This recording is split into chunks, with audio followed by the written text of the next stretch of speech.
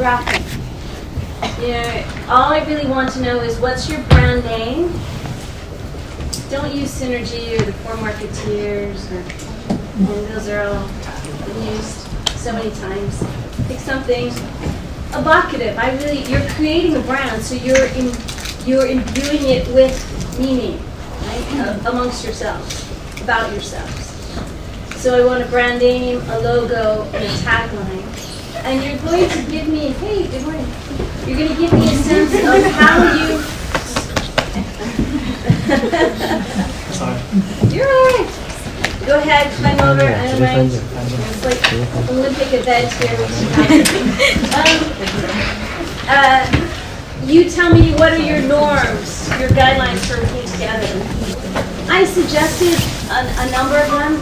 The main thing is really about how you're doing communication. I really recommend that someone is in charge of that. There's one person who's kind of the communication master goddess, screaming to everyone else, so that you can meet. And I recommend that you meet consistently. Hi, good morning. So in that respect, that's important. Okay.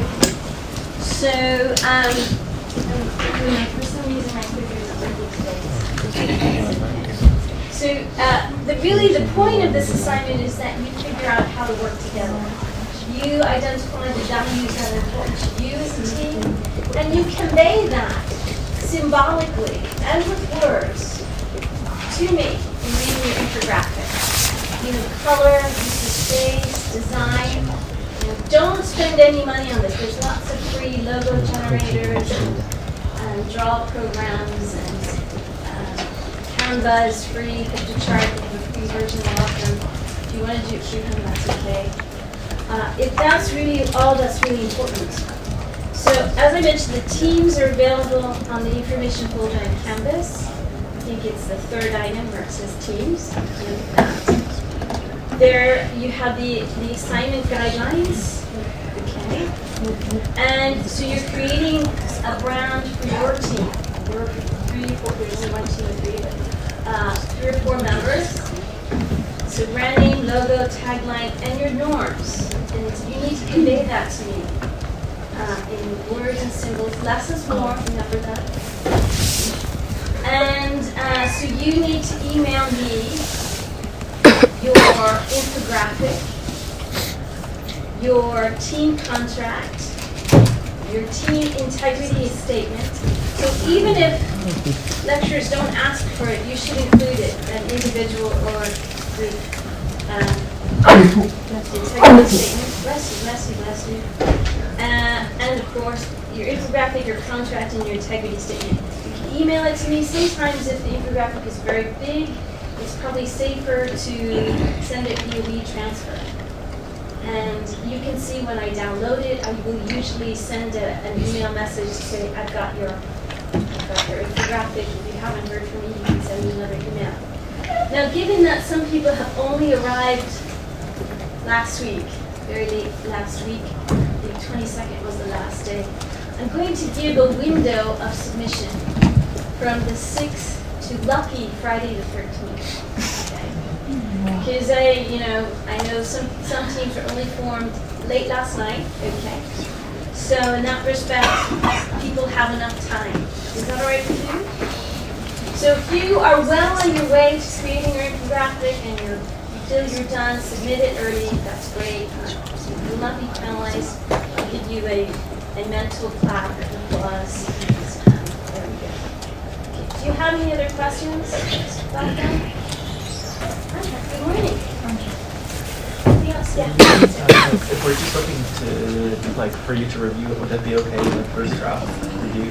Yeah, you can organize to either email it to me or meet me, and I can look it over and just but trust your creative guidelines. I mean, there's not too many guidelines, but enough so that you can produce it.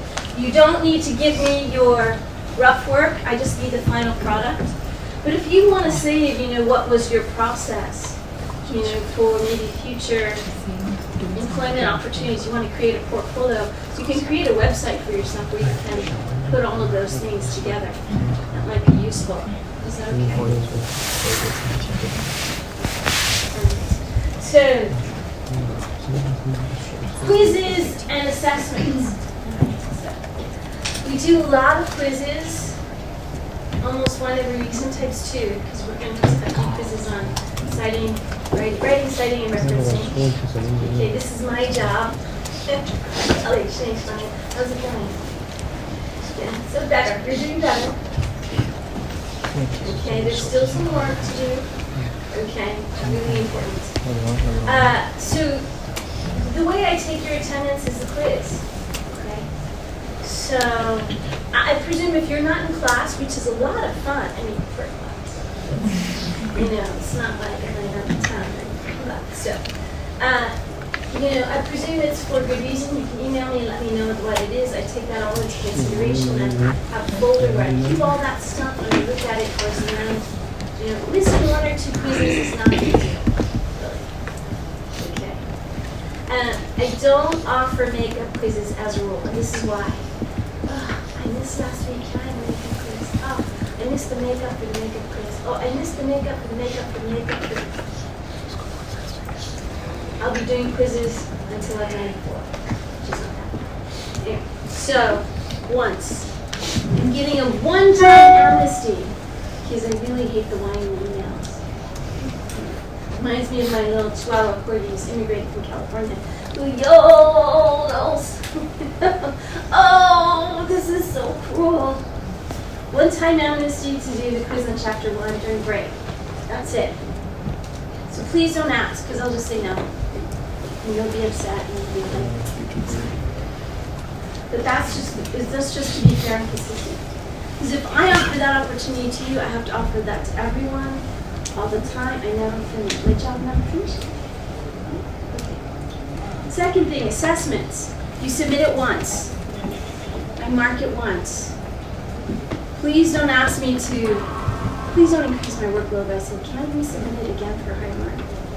Because if I do that for you, what do I have to do? I have to do that for everybody. That could mean I have 90 more submissions. That could mean another 45 hours of work. And you're not the only thing. I know this is a shock to you. You're not the only thing in my life. There's other things I need to do. So please don't ask to do that. It's not. I will help you. I'll review it with you. I'll ring you up and say, hey, what do you think? Tell me how you think you can improve this. That's the first question. One of the first questions I'll ask you. Usually you just want to check it out. Okay. So I try to give you as much feedback as I can in the half an hour that I have with your assessment. And I need to move on. I know you're special, especially to those who love you when you're near and dear. But, I can only give that specialness for a certain amount of time. Is that okay?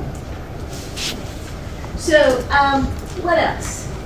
So I realize when you ask that, you're not necessarily thinking through, so I don't mean anything value about it.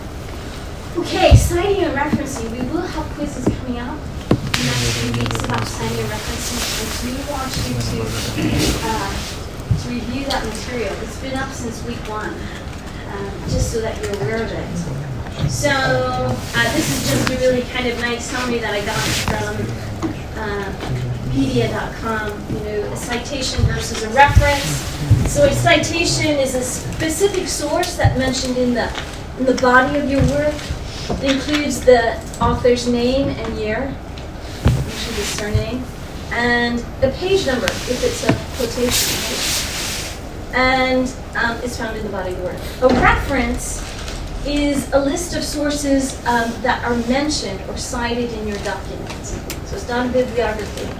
If you come from the arts, what your lecturers want is usually a bibliography. It includes more information about where I can find this. I can trace it. Sometimes I do look them up and I say, yeah, I can't. This is an interesting source, but when I go to look for it, I can't find it. And it's found at the end of your work. It's a list of references that you cited in the document. Okay. All right. So I know you have a 10% assignment coming up for Sinead's class. So she's really going to be, I'm counting on you to help them to get this right. Remember to include your integrity statement. She probably will be using Turnitin, which is a plagiarism software. You're doing much better than the first assignment. Some people have lifted a lot of material from other sources that would be considered plagiarism. I will give you a warning and say, hey, this isn't on, be careful. If you do this again, you're going to get into trouble. So this is learning. Treat as learning. This is all learning. I know you come from all different levels, but by the time you do the fourth case, you should be really good. All right, so just a couple things. I know we've addressed these before, but I just want to just go over them because they come up as quiz questions, and I want to make sure. Okay, so first question I want to ask you. How much of your document may be made up of quotes from various sources? As a rule of thumb, about what percentage? 10. About 10% or less. And that quotation should be exceptional. Something so pithy and wonderful that you couldn't say it better in your own words. How much, in percentage, of any one document may you use in your writing in your document? As a rule of thumb, for much longer sections. We're typically just using the case study for the short exercise I'm giving you. How much can you rely on one source for citations in your document? About how much? You've already said it. 10. About 10%. Yeah. If you are citing this one source all the time, you probably need to vary your sources. Now, I appreciate in 500 words, you're mainly going to be citing the case that I give you, and that's okay. All right. But in the context of much larger or longer assessments. In paraphrasing a passage from a document, how different in percentage should your passage be from the original? 80%. Substantially, 80%. Okay. So I'll be looking at your assignments, and you should be able to turn it in, especially after I've done the comments. I reveal everything. I think you can look at it now.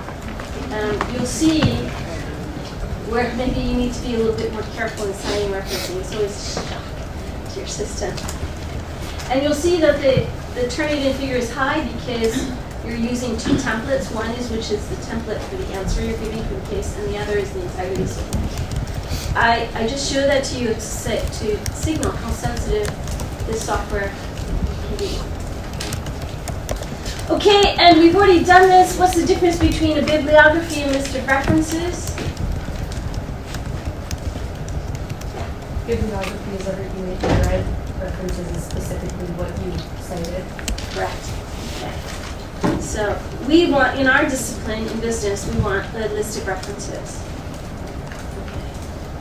So, all right, so we've answered those questions. So I have 3 sets of slides.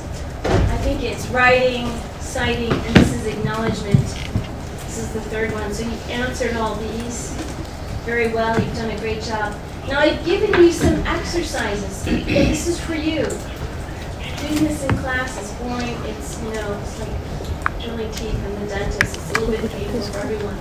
But this is where you can test yourself. I give you 3 different sources, 3 different kinds. One is a book, one is a journal article, and one is a website. And I want you to develop the reference. What would be the reference in the citation? And I even give you the answers, okay? And remember that your list of references is always listed in alphabetical order from the surname of the lead author.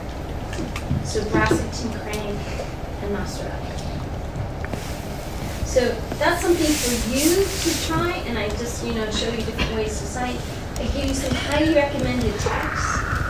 Personally, I love Strunk and Light. I even bought their 50th edition, or their celebration 50th edition, the 50th year anniversary. But here are some others I checked to make sure they're still available. If you have any questions, please come and talk to me or any of your lecturers. Be very happy to help you. It's not hard, it's pernickety. It's a little bit pernickety. And think of a reference as kind of a code. So I know if something is italicized, it's the title of the major work, whether it's a book or a journal. Okay. If it's in a single quotation mark, then I know that's the title of maybe the journal article or a book chapter, or maybe a subsection of website. Okay. So it's a signal, it's a code that I can read, and I know it's painful, but once you do this, and this is the whole purpose of those workshops, this is the offering I give to my colleagues to help them out, and you'll be fine. Is that okay? Professor? Yeah. Yes. I just had a question about citing a case study. So I wrote down the correct version of the Maersk citation last week, and I was following the Harvard style, like the University of Limerick Harvard style that we were told to use in our citing and referencing workshop, and how they cited a case study and your citation were different. Yours were in italics, or yours were in quotations and theirs were in italics. Either can be, there are lots of variations. Right, so There's lots of variations on the citing and referencing. So even in Canvas, I can't italicize something like the book title or the title of like a Berkeley case series. So what I recommend, there's a PDF, a citing and writing guide that the University of Galway, at that time it was NUI Galway, the library, the Hardiman, that PDF, that's the one you should follow. okay.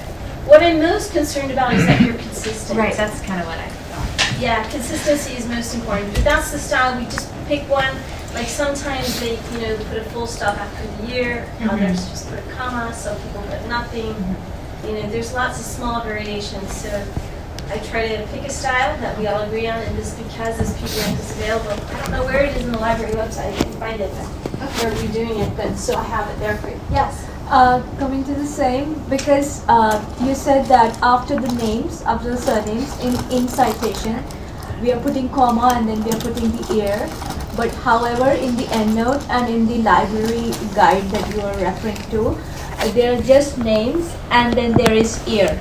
There is no comma after the names of the author in citation. Yeah, you should put a comma.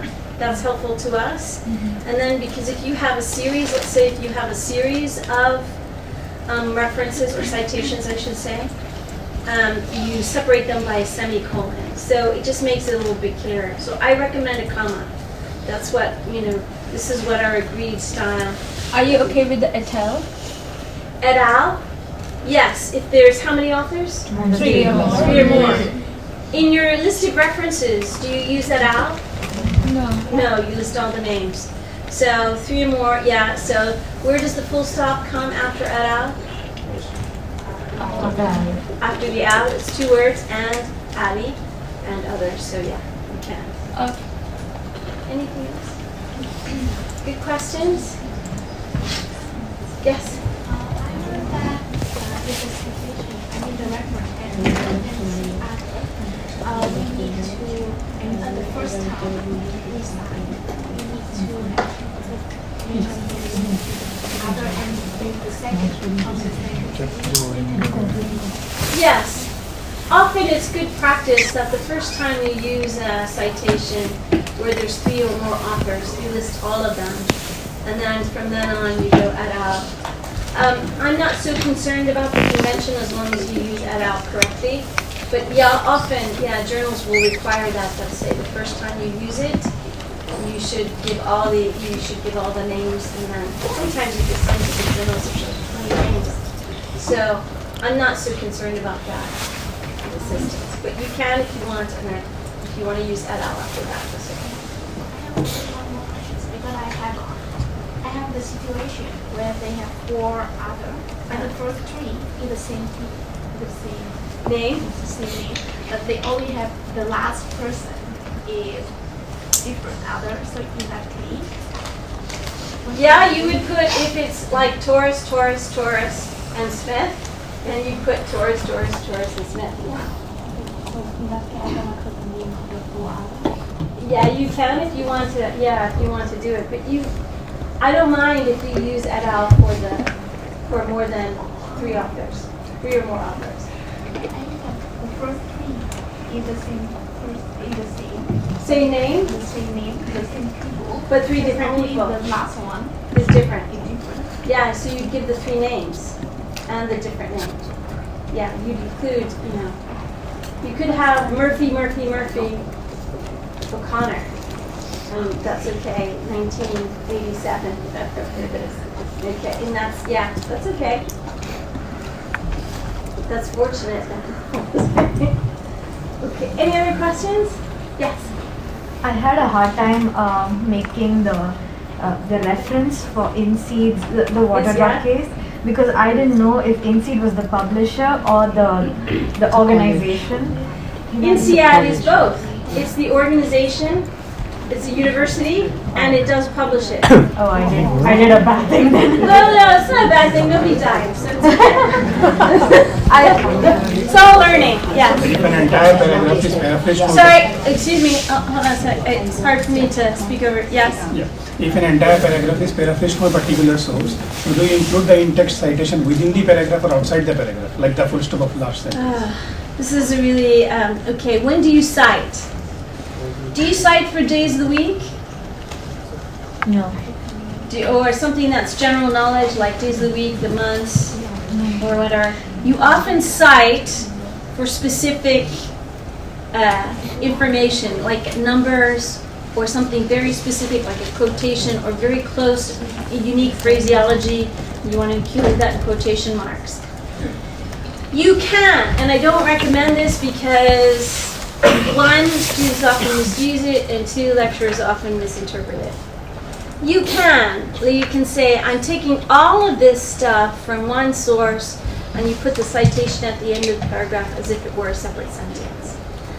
I will pretty much guarantee your lecturer will say, no, not a good citation. I recommend that you cite within each sentence as is appropriate, because you're less likely to make a mistake. And it also forces you, if you're using a whole paragraph, and it's drawn from the case, you could say, well, am I integrating or analyzing this sufficiently? It's a little bit lazy, and the opportunity for mistakes or misinterpretation is very high. So I don't recommend that. Not at this stage. If you're a PhD student, okay, but not at this level.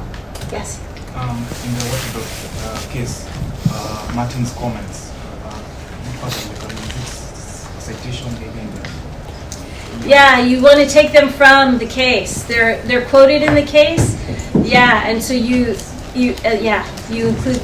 Under Martin or under knowledge, published. It's under the publisher, under the case. Okay. You can say Martin as cited in, but we don't know the interview notes, and this is where, and that would be considered almost secondary referencing, but not quite. But you would use the INSEAD case because that's the reference you use, the source you use. Anything else? All good questions? You're all thinking? Sinead's going to be very happy. I'm so sorry. No, yours okay. So I couldn't figure out the issue. Like, what is the journal number? I don't know the difference between any of it. You know what I mean? There was an IN 2003, 2023. There were so many numbers in there. I just couldn't figure it out. I'm so sorry. That's okay. I can't remember, but I will give you the actual reference, as how I would cite it, so don't worry about it. I treat a case study a little bit like a combination between a monograph and a journal article. And sometimes they don't have issue numbers, or sometimes they do. So you include as much information as you can for traceability. So don't stress about it. These are all good things. It's all learning. Yes? Mostly I read that we're supposed to use the last name as such in the text as well. So rather than Martin, I think we should use Murray, which was his last name. Yes. It would be more correct. I'm just well, if you're quoting Martin, you can say not coding, but maybe writing as such, like the strategic decision that he made as the CEO of the company. Yeah, you would be. I'd have to see it exactly, and I can see it tell you, but it sounds like you would cite the case, the author of the case. Yeah.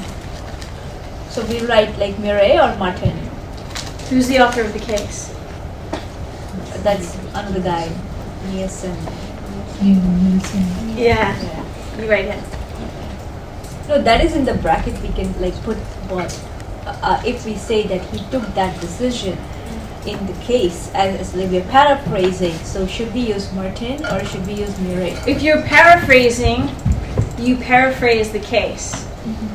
Okay. You just made it like you're talking about him. And Yes. He said Murray. Right, His right. last name. Does that help? Yeah. I have to see it to maybe see what you're trying to convey, but as long as you're making a decent effort for citing and referencing, your lecturers will be happy. Okay? They take it in view of plagiarism. They're getting really serious about it. They're a little bit nervous about ChatGPT. Yeah, question? So what I noticed was that in the question it was asked that what is the USP of water drop thing. But for in the entire case when I read it through, they haven't specifically mentioned it. It is always that they're thinking about it and they haven't implemented it yet, and that Martin wanted it to be 100% recyclable, but at the same time there was some difficulties into that and stuff like that. So there was some sort of uncertainty into that. So what I did was that I did went through this interview that he had given over you at court as well. So I cited that reference and that this is from where I got the information. But from the entire case study, it is a bit uncertain that this is the product USP that they decided on. Well, is there uncertainty in that besides death and taxes? This is where you're integrating your analysis, right? The questions I pose are not difficult because I really just want you to read a case, analyze a little bit decently, and really I'm focusing on citing and referencing the case. That's where people get into a lot of trouble, and once it's out of my hands, it's what I have to do. So I'm just trying to do that. That's fine. So maybe, the question, the way I pose it, they don't have the specific answer where you can cite it, but you need to be able to analyze it, given the totality of what the case that you've read and you understand of the market at that time, what might be their unique selling position. Yeah. Sorry, that's like a really, really dumb question. No questions I are noticed done. like a few people were struggling with this. How do you differentiate between if it's an article, a website, or a book? I know how to differentiate book, but like in terms of a website and an article with writer kind of stuff. Yeah, okay, so you go to that PDF that I've recommended that's in there. It will have electronic sources, and you'll see that the format is largely the same. Author, year, maybe let's say if it's a website, it's a blog, a white paper that they offer, and maybe it's HubSpot or I don't know, Canva, or it could be PictoChart or something. So you give the title of whatever the blog is. Sometimes there's an author, sometimes there isn't. If there isn't an author, who would you cite? Who would you give as the author? ND. No, that's not dated. The website, the name of the organization, they've taken ownership of that. Increasingly, they often cite who is they give the names of the people who've written the blogs, their grades, because that's a great way to build advocacy. You put the year. Now, sometimes there's not a year, so you can put no, not dated. Often there is. You'll see it very much, this first published, whatever, or updated, blah, blah, blah. So increasingly, they're quite good about that. Then you put the link where you found it and the date you've accessed it. Because some, links don't always live forever. There's probably a way back machine we can go to find it. But if I've known you, if I know you accessed this yesterday, I should be able to access it today. So does that help? There is kind of a general format, and it's page 14. Because for with the water drop, I just assumed it was a journal because you had like the issue number and everything, so I went from that. Because I just compared the two cases. That's why I was just wondering. Yeah, it's kind of in between a journal and a monograph. So, is that okay? Any other questions? All good questions. I'm glad you're thinking about this. This is what's really important. Okay. So when you look at your Turnitin, if it's high, don't be too shocked. I will look through it. I'll see, okay, this is the template, this is the template. What I'm really looking is your main body of text. If you've listed big chunks or the entire thing, maybe from previous students' assessments, or maybe, study notes or study hubs or whatever, ooh, that's bad. And then we need to have it off. So, but so far I haven't noticed that, maybe one or two. But that always happens. It's good. It happens with me. I'm relatively nice here. Not much, but a little bit. And this is all learning. Anything else? Any other questions? questions about citing and referencing? Anything else? You can email me. I recommend if you are,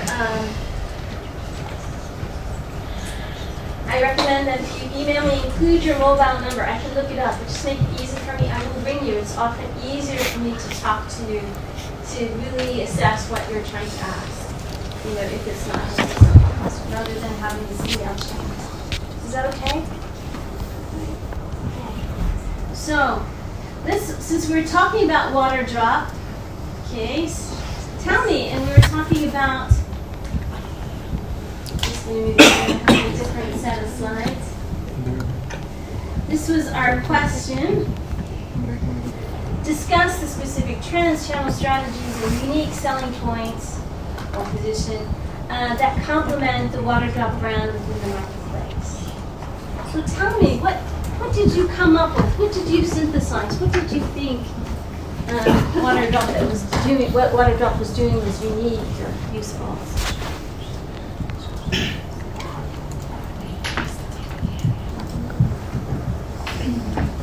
It's doing healthy drinks with recycled packaging.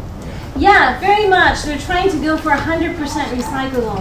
I have purchased the product and I don't know that they come in little pods, and I don't know that the film that is on top of the pod is recyclable, but as much as can, they're really trying to move towards that. Yes.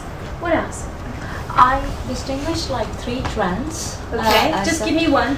Yeah, they went digital first to capture the supply chain. Because they are very well aware they were competing with some big names which have big budgets, and to capture the shelves, so they went first digital. Not only they were able to launch quickly, but that gave them competitive advantage because the size was was small as compared to the bulky drinks. Okay, yeah, so when they decided to go digital first, it was a little bit easier market entry, a little bit less costly. It's not free, a little bit less costly, allowed them to test the product, and you can ship quickly. If you're in a physical store, making changes quickly can be difficult, right? So they really wanted to kind of, if you will, solidify or establish their presence, their brand, who they are, and what they're about, and develop and communicate with their audience that would be attractive. What else was unique? What else? Customization. Okay, tell me a little bit more about that. So they took the idea from Starbucks as stated in the group that the trend of individualization and customization. Yeah. So for health conscious people and people with dietary restrictions or certain kind of allergies, you can choose your own drop. Yeah, your own kind of mixture of pods. Something that works specifically for you. Yeah, and you can even buy your accessories, your own different water bottles. I mean, I have my California water bottle right there in front, and you see his bun in the back. Yeah. And, they did benchmark. They benchmarked against firms like Warby Parker, who started, eyeglass companies, started first only online, which seems amazing, opticians, and then they established physical stores. That's really kind of what they also done. Yeah, so they did a lot of benchmarking. What else? You get your accessories, you can customize. Yes. They got the water supply from local water supplies. Yeah, they were very much looking for more local suppliers and to grow local, to see how they were doing that. What else? They also kind of created a community as well, because if you go on their website, you can see that they've been created to praise sugar plastics, which is not a word. They really did dived into the idea of health and sustainability, and on their website as well, they write a lot of posts on sustainability, how they're helping the environment. So I think it kind of really attracted the clientele that care about the environment. Yeah, they were trying to tap into certain tribes, right? Mm-hmm. Right? We were talking about communities and tribes last week in your project to deal with tribes, communities. So for Water Drop, they were very much looking for those who are really health conscious, or maybe have certain, perhaps because they just want to be healthy, or perhaps they have dietary needs, but also people who really wanted to be sustainable, a little bit more mindful of climate change and the damage we might be doing to our product, to be more mindful of their consumption, less wasteful. And did you know, this is the aside, did you know that Gannett, which is the largest publication in North America, newspapers, has now a reporter for Beyonce and Culver Schools? Did you know that? Because those tribes are very strong, right? Swifties and the beehives. Okay, anyway, that's the aside. I just thought that'd be a good example for your town. Anyway, if you're in that, if that appeals to you. What else is unique? What else do they do? They have a unique design with the brand. Yeah, very unique. And if you go to the website, it's very Instagrammable, isn't it? Yeah. Very much built with social media and look and highly stylized, and that was really important to them. What about the technology? In making the product, right? They spent a lot of money on this unique technology to kind of create these little effervescent pods. There are other effervescent pods. It's usually like Alka-Seltzer or Baraka. They're kind of for vitamin C and if you have an excess stomach. So in some ways it's relatively new, but they figured out spent a lot of time and investment on this unique technology, so these pods are really tiny. They're about that thick. Okay. Not too bad. All right. What else is unique? Anything else? Yes. Their blue ocean strategy, where they establish their product as a different segment altogether. Yeah.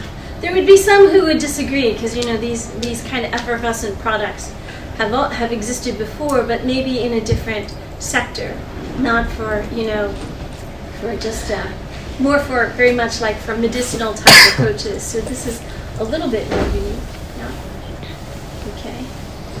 All right. So let's see what we have here. And so they were really, in terms of the market, they were trying to create space to protect against incumbents, people who were going to copy them. They had that technology to produce the flavor cube. It is improving. I tried this product a few years back. It was okay. It's better now, but it's still not like 100%. But anyway, they considered a different distribution. So starting with online first. It's a little bit safer, less risk, gives them opportunity for flexibility and change much more quicker, and then going for international extension and retail. Differentiators, a digital drink, so it's not launched through traditional channels. Very difficult to compete against those large beverage companies. Create an online and offline buzz. They were very much into this kind of, which is one thing you hadn't mentioned yet, was viral email, paid sampling, pop-up shops, PR. Instagram is their big channel that they use, increasingly TikTok. Point of sale, they do have pop-ups and concession stands. Concession stands may be where they occupy a little space in a larger retail store. Okay. Community spirit, so they're really looking to try and cultivate brand ambassadors, to cultivate a tribe of their own, a community of their own. And they really tried to have an authentic, credible approach in reaching out to customers. And in terms of the brand, it was really about water, well-being, design, nature, and choice. I think we mentioned most of these. And in terms of the mission, they wanted people to drink more water, a healthier choice rather than colas or other kind of maybe caffeinated or sugary beverages. Healthy plant and fruit extract, reduce waste, sustainable, and table stakes. Great taste, no sugar, flexible choice, used on the go, packaged for freshness, and no artificial preservatives. So really, if we think about it, The key points is health awareness, information and trust, individualization or customization, revolutionizing, at least in their mind, the beverage distribution through a digital channel. And then target customer pain points. So this is really interesting. This kind of relates to the customer journey.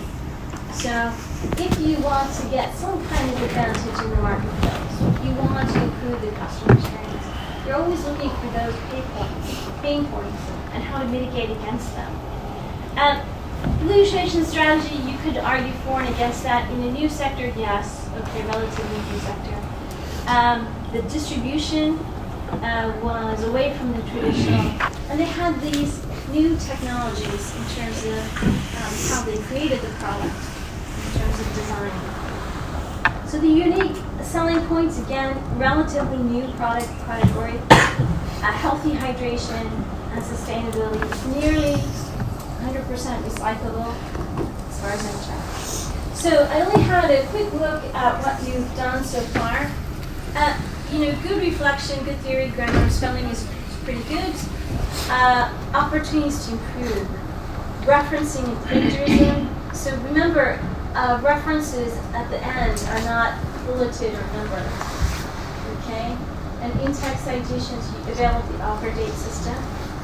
Please revise that citing and referencing material on Canvas. It's been there from day one. Remember to include your integrity statement. Canvas won't allow you to submit more than one document, so you have to include your integrity statement as part of your document. Just copy and paste it. That's why I gave it to you in Word.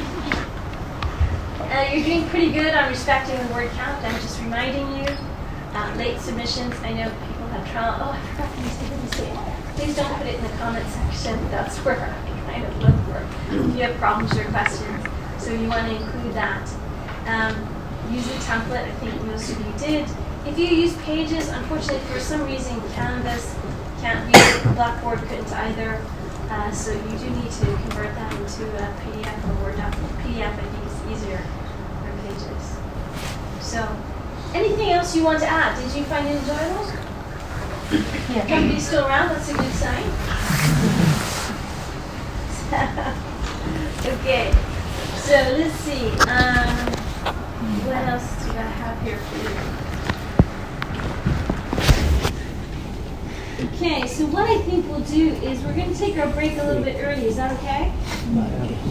Okay, just 5 minutes. Now, if you have missed last week's quiz on Chapter 1, this is your time to take it. This was a one-time offer. This will never happen again. So you can stay here and you can take that quiz. If you want to take a break 5 minutes, I'll see you back in about 5 minutes, and we'll go from there.